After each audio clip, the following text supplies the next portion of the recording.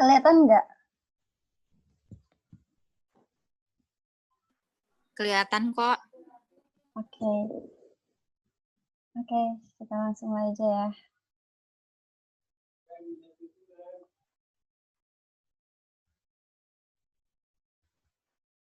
Oke. Sebelumnya saya ucapin dulu terima kasih ya sama teman-teman semua udah menyempatkan waktunya hadir dalam pelatihan saya. Oke, Assalamualaikum warahmatullahi wabarakatuh. Baik, dalam pelatihan ini, kali ini perkenalkan dulu, saya Intan Rizka Aulia. Nah, pada pelatihan ini saya ingin menyampaikan mengenai mindfulness dalam meningkatkan self-acceptance dan pola berpikir kreatif. Oke, sebelumnya ada yang tahu nggak sih mindfulness itu apa?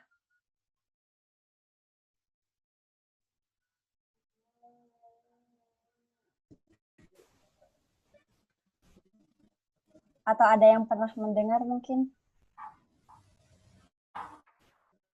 Aku kayaknya pernah deh, Tan. Apa tuh? Mindfulness itu lebih ke terapi ringan nggak sih? Betul, bisa. Oh, gini. Jadi kalau mindfulness itu lebih jadi bukan pemikiran yang penuh gitu. Iya, tapi betul. Gimana cara menenangkan pikiran kita? Ya, oke. Oke, jadi betul. Oke, kita langsung masuk aja ya sama materinya. Baik. Nah, masuk dalam mindfulness. Nah, jadi benar seperti yang Ica katakan tadi sebelumnya, teman-teman.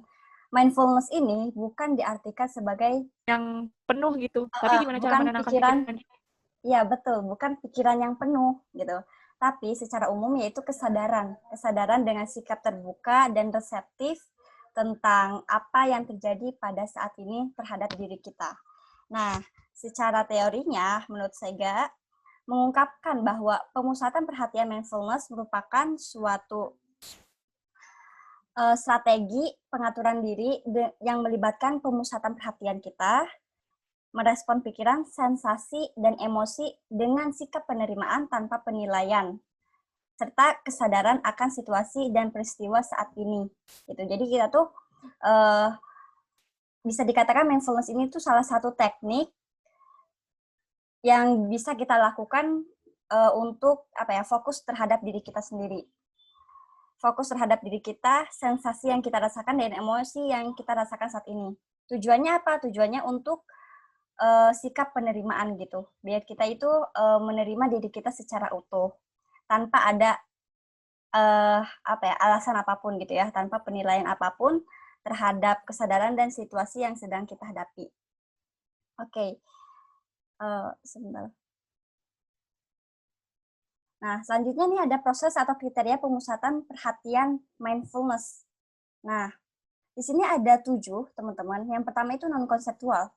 Mindfulness ini dilakukan secara sadar tanpa proses pemikiran, gitu. Jadi kita tuh benar-benar fokus sama diri kita sendiri. Nah, kemudian fokus pada peristiwa sekarang yang sedang kita hadapi. Nah, yang ketiga, tanpa penilaian, non-judgmental. Jadi itu nggak menilai apapun yang kita pikirkan, apapun yang kita dengarkan gitu saat melakukan teknik tersebut. Nah, kemudian dilakukan dengan sengaja. Kita emang sengaja kayak, saya mau melakukan mindfulness terapi ini. Jadi itu dilakukan secara sadar. Kemudian observasi mengenai diri kita. Jadi selama prosesnya itu, kita itu fokus terhadap diri kita, observasi mengenai diri kita, apa sih yang kita rasakan gitu. Kemudian apa sih yang terjadi sama aku saat ini kayak gitu. Dan biasanya nonverbal. Jadi diucapkan tanpa kata-kata gitu, tanpa terkeluarkan dari mulut. Jadi hanya kamu dan diri kamu yang tahu. Jadi kayak self talk gitu loh. Nah, kemudian bebaskan diri kamu untuk merasakan hal-hal yang kamu rasakan. Nah, selanjutnya kita self-acceptance. Oke. Nah, kita harus tahu nih, sebelum aku menjelaskan teknik-tekniknya gimana, kita harus tahu dulu self-acceptance itu apa sih. Nah, menurut Harlock, self-acceptance itu didefinisikan sebagai the degree to which an individual having considered his personal characteristic is able and willing to live with them. Jadi intinya, menurut Harlock ini, self-acceptance itu diartikan sebagai individu yang memang menerima dirinya, karakteristik dirinya, dan intinya tuh menerima dirinya, dan kemudian willing to live with them, menerima dirinya secara utuh dan hidup bersama karakteristik dirinya gitu. Nah, kemudian Anderson juga menyatakan bahwa penerimaan diri artinya kita itu berhasil menerima kelebihan dan kekurangan diri kita apa adanya gitu, tanpa mengharapkan apapun dalam diri kita. Jadi kayak ya udah, terima aja ini diri kamu. So ini diri kamu, maka ya udah terima tanpa persyaratan apapun. Nah, saja di sini ada faktor-faktor membentuk self-acceptance. Nah, di sini ada 10 faktor. Yang pertama, pemahaman diri.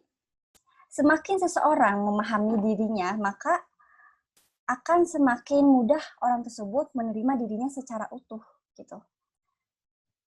Kemudian yang kedua, harapan yang lebih realistis.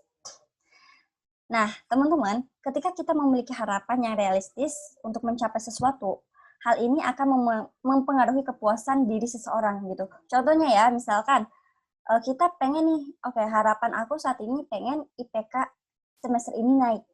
Maka action yang harus kamu lakukan adalah kamu ya harus belajar lebih giat gitu. Ketika harapan itu tercapai, maka itu akan memberikan kepuasan tersendiri terhadap diri kita. Sehingga secara perlahan kita mulai menerima diri kita secara utuh gitu. Nah, kemudian tidak adanya hambatan dari lingkungan. Pernah nggak sih di sini ada yang pernah nggak? Aku mau tanya dong, di sini ada yang pernah nggak ketika melakukan sesuatu itu pasti aja ada keluarga atau lingkungan yang tidak mensupport.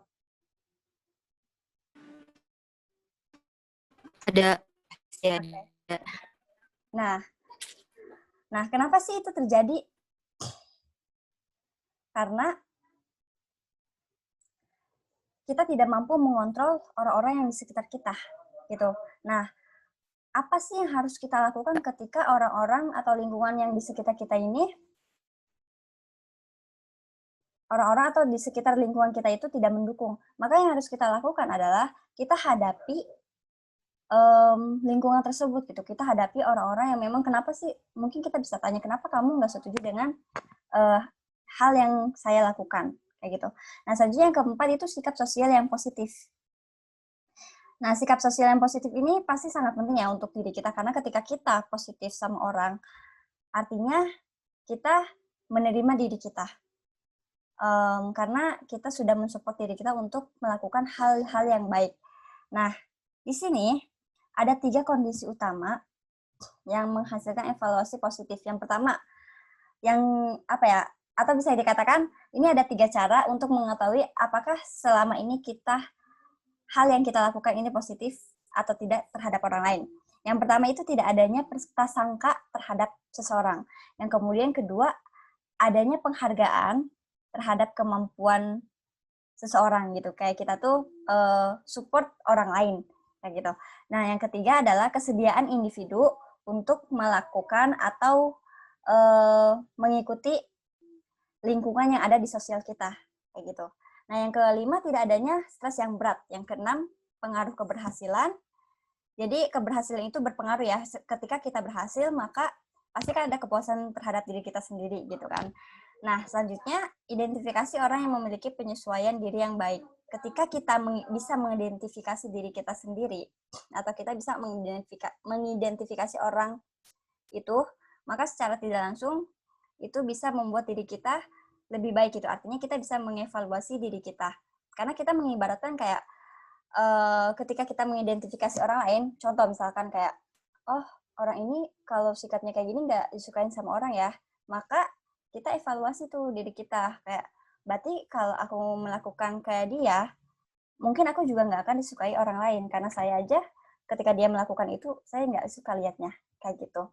Nah, kemudian perspektif diri yang luas ketika kita ilmunya terus berkembang, ketika pikiran kita lebih maju, maka secara nggak langsung itu akan memberikan efek yang positif terhadap diri kita. Yang ke-9 itu ada pola asuh. Pola asuh juga berpengaruh ya, dari lingkungan, dari keluarga, dan yang ke-10 itu ada konsep diri yang stabil. Oke, sebelum di sini nih, kita masuk ice breaking dulu nih, teman-teman. Nah, bisa tolong jelasin nggak? Di sini ada yang mau nggak usah jelasin sih. Bukan sampaikan kembali juga sih. Apa itu mindfulness yang sudah tadi aku jelaskan? Aku boleh ya? Boleh. Ya, mindfulness itu kesadaran diri yang berasal dari pikiran kita, di mana kita sadar akan adanya suatu peristiwa atau kejadian yang sedang kita lakukan. Oke, betul banget Kak Friska. Gitu, makasih bukan? Ya. Oh, betul. Nah, selanjutnya nih, self acceptance. Gitu bukan? Iya, betul. Betul, Kak. Iya, sama-sama. Oke, teman-teman. Selanjutnya, apa yang tadi disampaikan Kak Friska itu betul banget. Nah, selanjutnya di sini ada yang mau menyampaikan kembali nggak? Apa itu self acceptance?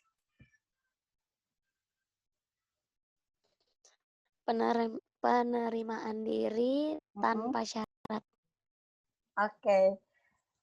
Penerimaan diri tanpa syarat. Siap. Oke. Ada yang mau nyampein lagi? Oke, nggak ada ya.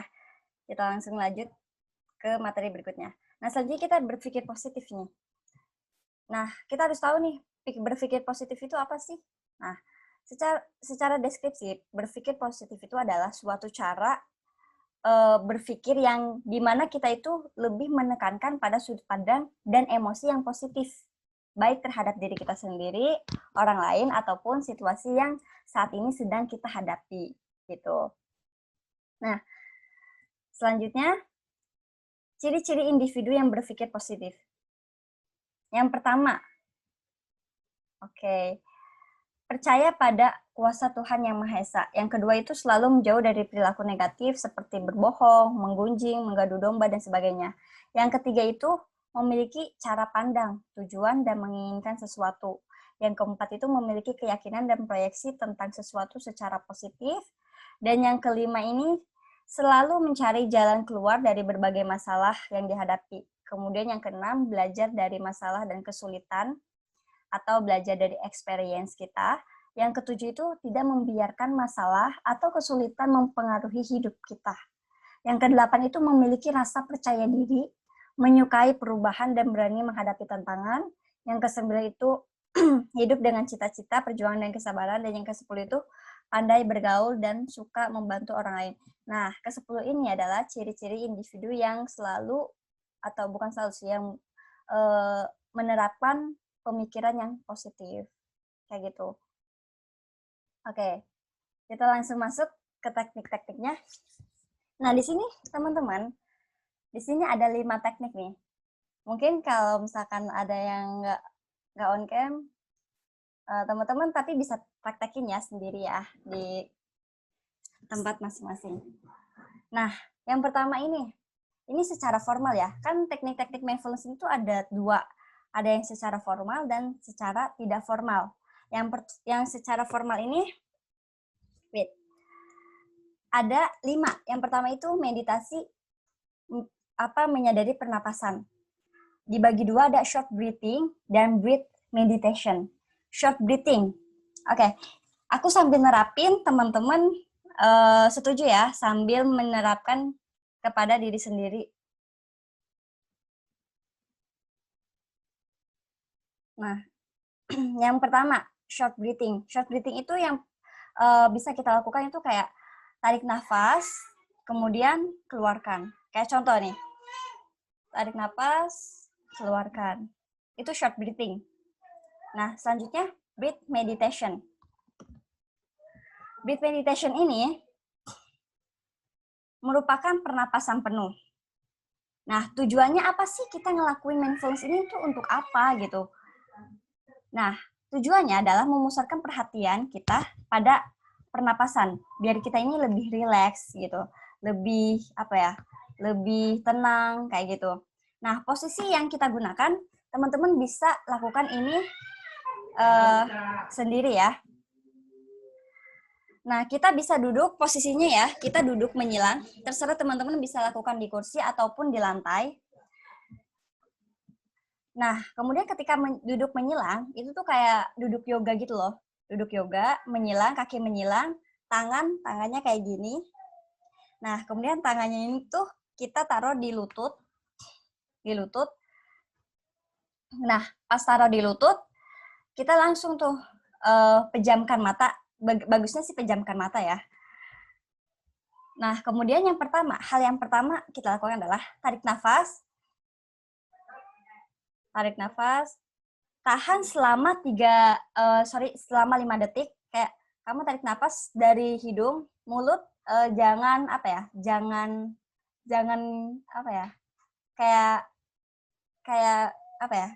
mingkem aja gitu. Kayak ya udah gini aja, jangan nganga ataupun bersuara. Kayak tarik nafas dalam-dalam dari hidung. Tahan 5 menit, tahan. Inhale, exhale. Kemudian ketika tarik nafas, tahan 5 detik, keluarkan. Nah, ketika dikeluarkan, itu teman-teman jangan langsung tarik nafas lagi, tapi break dulu selama 3 detik. Nah, contoh. Kita terapin lagi ya. Yang pertama, tarik nafas, keluarkan. Tarik nafas, keluarkan. Kayak itu. Jadi keluarkan ketika inhale, hold on, tahan 5 detik, exhale, keluarkan. Break 3 detik, kayak gitu. Terus aja. Nah, teman-teman bisa lakukan ini selama 15 menit, kayak gitu. Nah, kemudian, apakah sudah selesai? Enggak. Nah, lanjut kepada pendeteksian tubuh dengan sikap penghargaan atau compassionate body scan. Body scan. Nah, biasanya ini dilakukan kita ambil dari Vipassana yang ada di sana. Nah, compassion body scan itu apa sih? Yaitu meditasi di mana kita ini merasakan sensasi dari tubuh kita gitu. Contoh nih, ketika teman-teman melakukan meditasi, yang pertama kan kita melakukan breath meditation dulu. Ini secara panjangnya ya. Kalau short breathing itu kan kayak cuman tarik nafas biasa aja gitu kan. Kalau breath meditation itu kan kayak tarik nafas, tahan, kayak gitu kan. Nah, teman-teman pada tahap pertama bisa lakukan selama 7 menit. Nah, kemudian tahap kedua jangan langsung udahan gitu. Jadi yang kedua itu teman-teman bisa gerakan jari-jari atau kaki atau meletakkan tangan kita kepada anggota tubuh yang mungkin kita merasa tidak nyaman. Tidak nyaman di sini dalam arti kata mungkin sesuatu yang pernah terjadi kepada teman-teman yang tidak menyenangkan. Nggak apa-apa, sentuh aja. Atau kita bisa melakukan butterfly hug kayak gini ya. Mungkin teman-teman udah tahu ya, kayak butterfly hug kayak gini. Nah, selanjutnya, ketika teman-teman sentuh atau usap, maka rasakan. Contoh, saya menggerakkan jari jemari kaki saya. Nah, ketika saya menggerakkan jari jemari kaki saya. Nah, ketika saya gerakan, selanjutnya teman-teman rasakan tuh apa yang teman-teman rasakan, sensasi yang teman-teman memang rasakan. Kayak contoh misalkan saya gerakan jari-jari kaki saya, yang saya rasakan adalah hangat, kemudian kering. Nah, itu yang teman-teman bisa lakukan, dan itu harus dilakukan dengan fokus gitu. Nah, atau butterfly hug, misalkan kayak ketika kita melakukan butterfly hug ini, kita peluk diri kita, kayak tepuk-tepuk aja secara lembut, secara halus gitu. Nah, sambil menepuk, nah teman-teman bisa keluarkan kata-kata yang positif kayak makasih ya, sambil fokus ya, ini harus fokus sama diri sendiri, nggak boleh pikirannya kemana-mana. Kayak makasih ya kamu hari ini sudah melakukan yang terbaik, kayak gitu. Atau misalkan kepada anggota tubuh yang pernah mengalami kejadian tertentu, kayak udah misalkan di tangan nih pernah dipatahin atau diapain gitu kan sama kejadian masa lalu gitu. Kayak makasih ya kamu udah kuat sampai sekarang. Makasih ya kamu udah mengajarkan saya banyak hal. Kayak gitu. Contohnya kayak gitu. Nah, semoga kita akan terus kuat sampai ke depannya nanti. Semoga kita akan terus berteman baik gitu. Jadi anggota tubuh yang nggak nyaman ataupun nggak nyaman itu kita bisa sentuh gitu sambil mengusap elus dengan lembut sambil terakhir memberikan kata-kata yang positif kayak gitu. Nah, yang ketiga, latihan menyadari sensasi tubuh atau body sensation. Nah, saat ini saya sedang mempraktekannya di lantai ya, saya sengaja. Nah, setelah di lantai, teman-teman fokus ya, tetap fokus. Nah, ketika fokus, setelah kita melakukan pernapasan, terus tadi compassion body scan, nah teman-teman rasakan body sensation. Artinya, misalkan aku kan sekarang lagi di lantai kan duduknya. Nah, maka yang aku rasakan adalah kaki aku menyentuh lantai, yang aku rasakan aku merasa dingin gitu. Maka aku menikmati sensasi dingin ini gitu. Kaki aku merasakan sensasi dingin ini atau tubuh gitu. Atau ketika teman-teman melakukannya di atas kursi misalkan, teman-teman rasakan tuh sensasi di kursi atau bisa teman-teman sentuh. Kayak, oh kursi ini teksturnya sedikit kasar ya. Oh kursi ini teksturnya kalau di tempat duduknya sih agak lembut gitu. Fokus aja. Nah, selanjutnya ketika teman-teman sudah merasakan sensasi itu, kita masuk ke membuka kesadaran atau open awareness. Nah, di sini kita harus menyadari nih, ketika kita sudah fokus merasakan apa sensasi tubuh kita gitu kan, kayak hangat ataupun dingin ataupun kasar gitu kan. Nah, kita fokus terhadap selanjutnya kita fokus terhadap pikiran atau emosi kita saat ini gitu. Oke, ternyata saat ini saya mengalami peristiwa ini. Kayak gitu. Rasakan aja gitu terhadap peristiwa yang teman-teman sekarang sedang hadapi. Kayak gitu. Misalkan teman-teman kecewa nih. Oke, saya kecewa. Nah, udah sampai situ aja, nggak perlu kecewa karena apa. Kayak gitu. Kecewa apa ya? Jadi si rasa kecewa atau perasaan yang atau masalah yang teman-teman hadapi itu nggak usah diberikan penilaian apapun. Kayak oke, hari ini saya kecewa, saya terima rasa kekecewaan itu, selanjutnya lepaskan. Oke, saya kecewa, bisa itu teman-teman bisa lakukan dengan self talk ya, tanya ke berbincang dengan diri sendiri kayak oke, saat ini saya kecewa, nggak apa-apa saya kecewa, saya terima dan saya lepaskan gitu. Nah, jadi kayak saya oke sama diri sendiri kayak gitu. Nah, yang kelima itu ada menerima pikiran dan perasaan serta melepaskan hasrat atau waiting release. Nah, setelah kita menyadari gitu kan di tahap membuka kesadaran itu, kita menyadari sepenuhnya perasaan pemikiran yang mengganggu kita saat ini gitu. Kayak kenapa sih kecewa ini selalu datang gitu kan? Kenapa kecewa ini selalu hadir dalam hidup aku gitu. Tapi setelah teman-teman menyadari itu, merasakan rasa kekecewaan itu, kemudian teman-teman bisa lepaskan lagi gitu. Tadi kan hanya dilepaskan. Nah, selanjutnya tadi kan hanya bisa dilepaskan. Nah, selanjutnya teman-teman dalam tahap waiting release ini menyadari secara penuh gitu loh. Kalau yang keempat ini kan hanya sadar, kemudian menerima. Nah, yang kelima ini kita benar-benar merasakan penuh kayak oke, benar-benar saya hari ini kecewa, saya terima dan saya lepaskan. Nah, secara perlahan. Nah, jadi secara perlahan ketika teman-teman selama meditasi itu, melakukan keempat hal ini, tahap-tahap ini, maka secara nggak langsung tahap ini secara nggak langsung itu kita, maksudnya kayak gini loh. Teman-teman, saya tanya dulu deh. Teman-teman sampai sini paham nggak?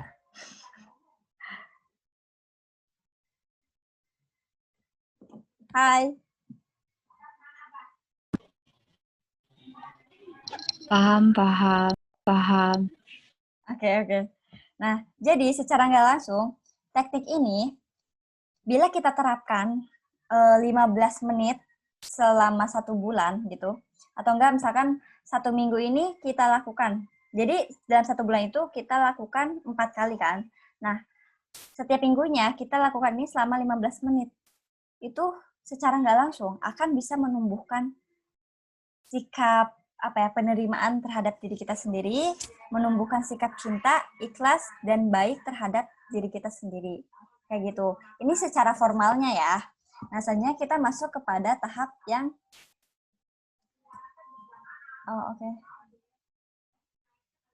Nah, selanjutnya kita masuk kepada tahap secara informal atau enggak formal. Nah, kita bisa lakukan dalam aktivitas biasa. Yang pertama itu seperti minum kopi, atau mandi, atau mengenakan pakaian yang kita suka, kayak gitu. Nah, contoh saya ambil di sini minum kopi ya. Ketika teman-teman minum kopi, selanjutnya teman-teman bisa pilih salah satu pengalaman sensorik untuk dijelajahi. Artinya, maksudnya kayak gini, ketika teman-teman mengambil kopi, teman-teman bisa menikmati rasa kopi itu. Kayak rasa kopi ini manis, sweet rasanya, kemudian nikmati setiap sensasi saat teman-teman minum kopi. Nah, selanjutnya tahap ketiga adalah benamkan diri dalam pengalaman tersebut. Nikmati semaksimal mungkin. Kayak teman-teman bisa hirup kopi itu, kayak rasakan ketenangan, kayak gitu kan. Nah, masukkan misalkan teman-teman nggak mood gitu kan, karena teman-teman kecewa akan satu hal. Masukkan rasa kecewa itu ke dalam sensasi kopi ini. Jadi, hidup aja sama-sama gitu. Nah, maka secara nggak langsung, ketika kita menikmati semaksimal mungkin rasa kopi ini, kayak itu kan pasti enak banget kan ketika kita menghirup kopi, apalagi kopi yang memang kita sukai gitu.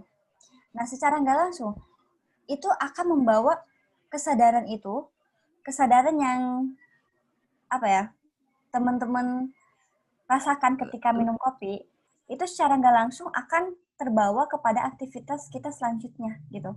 Kita itu akan lupa gitu sama rasa kecewa kita tadi karena kita merasakan lebih menikmati sensasi kopi itu. Begitu. Oke. Selanjutnya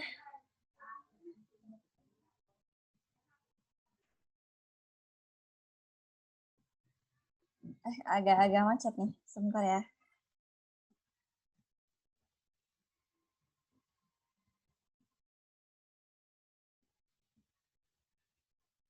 Oke, nah teman-teman. Di sini ada yang bisa menjelaskan nggak implementasi dari gambar yang ada di PPT ini?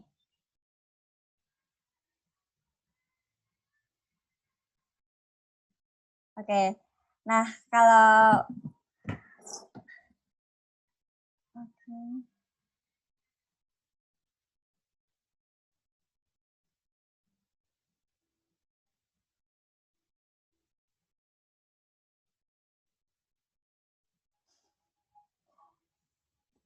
Oke, teman-teman paham nggak sama pelatihan saya yang tadi saya berikan?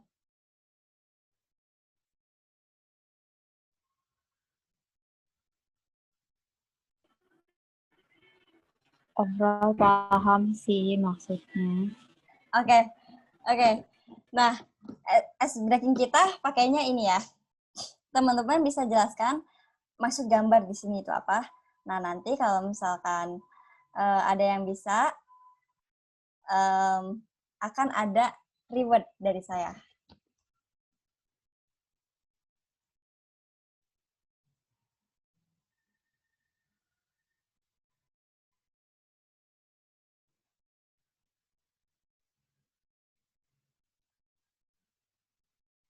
Oke.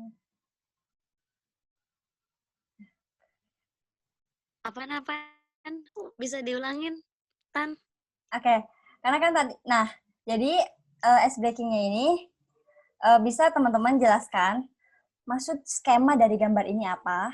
Nah, kalau misalkan bisa menjelaskan secara, nggak usah secara detail nggak apa-apa, bisa menjelaskan secara runtut, akan ada reward. Oke, siapa yang bisa?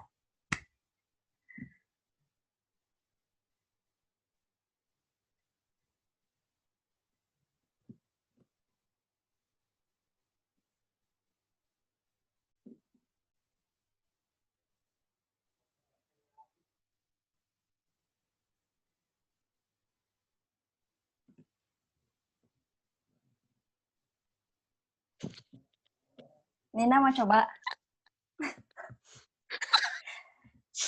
Ayo nih, coba nih. Boleh.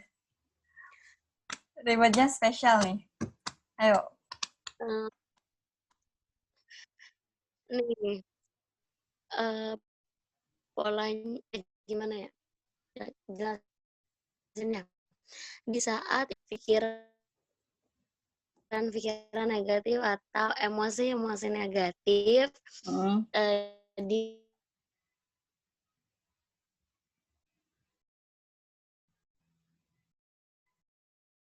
dia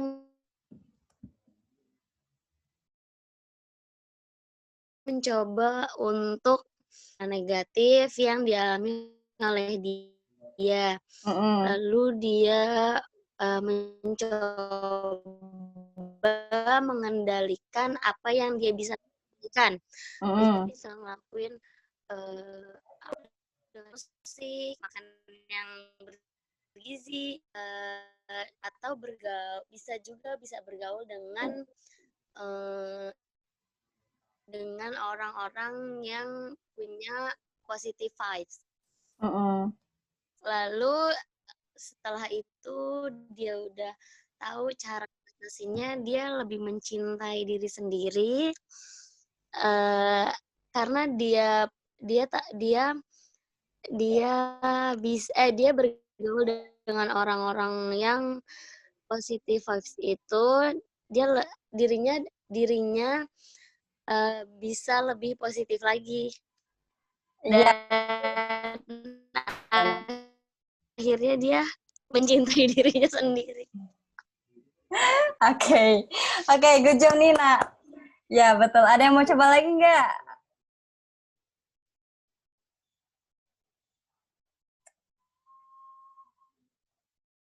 Hai. Ini antara. Ya udah, aku coba lagi deh. Oke. Oke, Kak Priska. Jadi awal mulanya ini mungkin di gambar pertama ini ngejelasin bahwa ada seorang yang pemikirannya itu kusut gitu loh, penuh dengan banyak hal, terus negatif, pemikiran negatif dia, ruwet lah hidupnya. Nah, kemudian dia mungkin dia melakukan mindfulness, dan juga dia ngelakuin self acceptance, dan dia mendapatkan pemikiran-pemikiran serta perasaan yang positif, lalu dia bisa menerima diri dia dan hidup dia menjadi ceria. Iya. Oke. Ih, keren banget. Betul banget. Apa yang aku sampaikan. Apa yang tadi Kak Friska sama Kak Vanina sampaikan itu betul banget. Benar. Nah, mungkin aku juga mau jelasin juga. Nah, jadi intinya benar yang dikatakan Kak Friska sama Vanina. Jadi ketika seseorang ruwet dengan masalah hidupnya, itu dia bisa melakukan self-healing. Atau self-healing yang kita lakukan adalah mindfulness. Jadi bisa dikatakan ya, mindfulness ini tuh mirip-mirip sama teknik grounding gitu. Nah, Nah, mindfulness ini bisa kita lakukan bisa dari meditasi ataupun yang secara formalnya ya, ataupun secara tidak formal. Kita kayak minum kopi ataupun mandi, itu kan bisa kita rasakan ya. Nah, ketika orang bisa menerapkan mindfulness ini secara rutin ketika dia mengalami kecewa ataupun atau masalah hidup lainnya. Nah, orang itu secara nggak langsung itu akan bisa mengenal dirinya lebih jauh gitu. Dia akan bisa mengenal dirinya lebih jauh. Sehingga ketika dia mengenal dirinya lebih jauh, memahami dirinya, dia akan menerima dirinya secara utuh. Kayak gitu. Dia akan menerima dirinya secara utuh. Jadi ketika ada orang yang melukai, ya it's okay gitu kan. Yang penting saya terima diri saya apa adanya. Nah, ketika orang menerima dirinya apa adanya, menerima dirinya secara utuh, secara positif, maka secara nggak langsung ini akan membentuk kepribadian atau pola berpikir positif gitu. Nah, pola berpikir positif inilah yang akan membuat hidupnya menjadi lebih berkualitas dan juga lebih bahagia. Kayak gitu. Oke, sama sini paham ya semoga semuanya. Dan thank you for your attention. Terima kasih ya teman-teman yang sudah hadir.